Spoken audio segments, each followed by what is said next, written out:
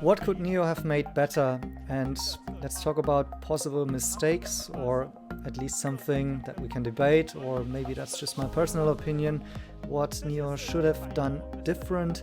So in the back, I'm playing actually a video of the NIO Day where they unveil a new model. And this is, of course, good tradition for NIO to not only introduce new models, but also to announce them at NIO Days, right?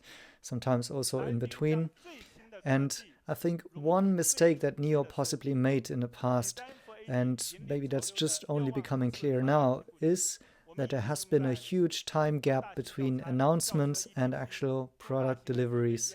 So this really started, if I think back, with the ET7 that was announced, if I'm correct, was it 2021 on NIO Day? And then it took more than a year until it really hit the road. It was very exciting in between, with NIO Park announced also. And we also saw the new platform being developed and a really sleek looking car, right? However, the issue is that this took so long to hit the road. And then the way it really hit the market with some initial problems like, initial customer complaints, which is frankly normal that there are some lemons within the first productions of a car. But anyways, it kind of really ruined a little bit the launch and the momentum, I should say, of the ET7. I think that was kind of the first time that really happened, but maybe that wasn't so important really. Maybe more difficult was with the ET5, but of course there have been some circumstances which NIO couldn't influence, of course, but the ET5 was also announced much earlier. And then when NIO Park finally started actually producing the cars, we had lockdowns, we had supply chain issues and so on. So the ET5 really didn't hit not large numbers before actually maybe December or going into this year. And this is really giving not only, the competition in the first place actually a kind of opportunity to catch up.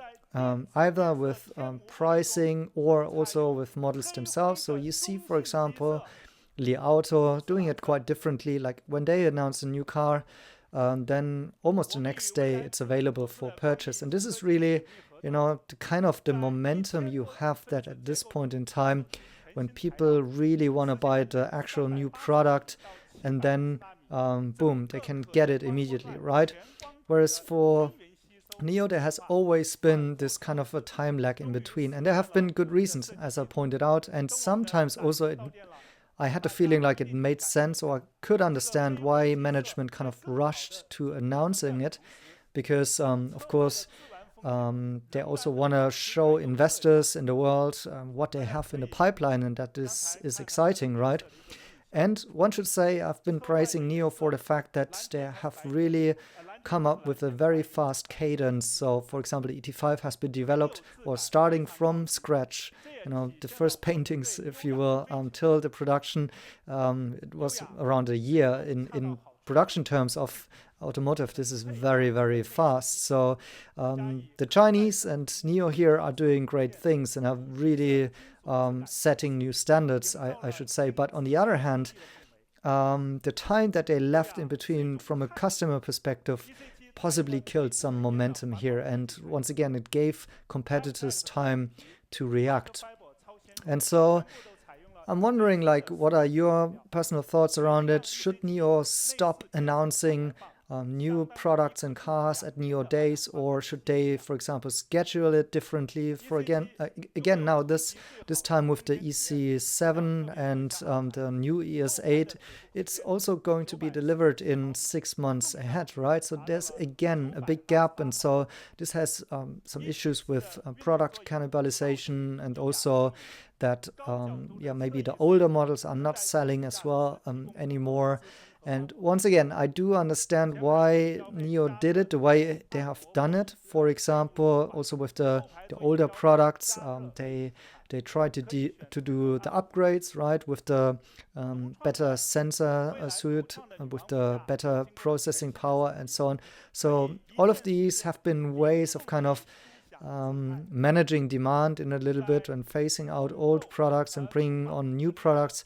But I would say, like, once actually all of the cars are finally at the new NT 2.0 platform, they should really consider how they time the next product announcement differently in order to not lose customers that have, for example, put down a deposit, which is around, 2,000 yuan, if I'm correct. So, if you want to really have a car immediately, then you might want to switch to somebody else who can deliver a car at that point in time. That is when NIO is not ready. And so you just, maybe you even resell your deposit if that's possible, or you skip it and you buy another car. So, for example, if Tesla is making discounts, right?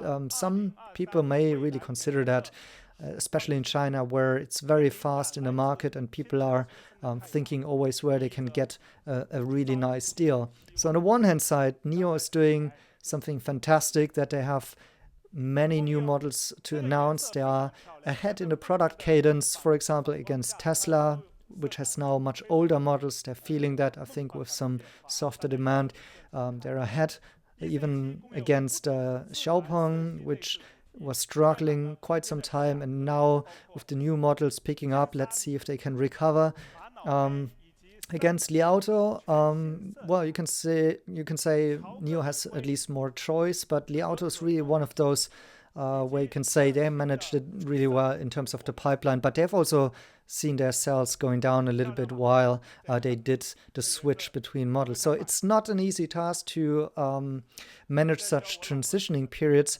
However, I do feel that possibly some of these reservation holders may have been more opportunistic, and this, I think, is also why Li Bin was kind of a little bit outraged during his January management letter when he said, look guys, we had different plans, for example, for the ET5, and also criticizing the ET7 quality issues and stuff. So he had certainly different plans how this should have unfolded.